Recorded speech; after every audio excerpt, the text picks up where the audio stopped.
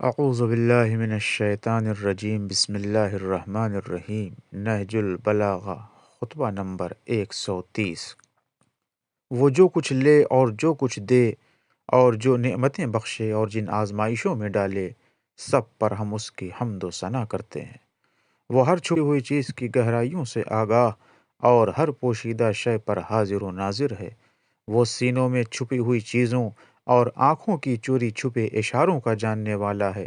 ہم گواہی دیتے ہیں کہ اس کے علاوہ کوئی معبود نہیں اور محمد اس کے برگزیدہ بندے اور رسول ہیں۔ ایسی گواہی کہ جس میں ظاہر و باطن یکساں اور دل و زبان ہم نوا ہیں۔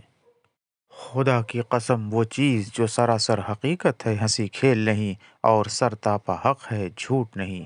وہ صرف موت ہے، اس کے پکارنے والے نے اپنی آواز پہنچا دی اور اس کے ہکانے والے نے جلدی مچا رکھی ہے۔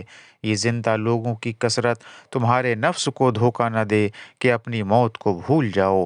تم ان لوگوں کو کہ جو تم سے پہلے تھے، جنہوں نے مال و دولت کو سمیٹا تھا، جو افلاس سے ڈرتے تھے اور امیدوں کی درازی و موت کی دوری کا فریب کھا کر نتائج سے بے خوف بن چکے تھے، دیکھ چکے ہو کہ کس طرح موت ان پر ٹوٹ پڑی کہ انہیں وطن سے نکال باہر کیا اور ان کی جائے امن سے انہیں اپنی گرفت میں لے لیا، اس عالم میں کہ وہ تابوت پر لدے ہوئے تھے اور لوگ یکے بعد دیگرے کندھا دے رہے تھے اور اپنی انگلیوں کے سہارے سے روکے ہوئے تھے۔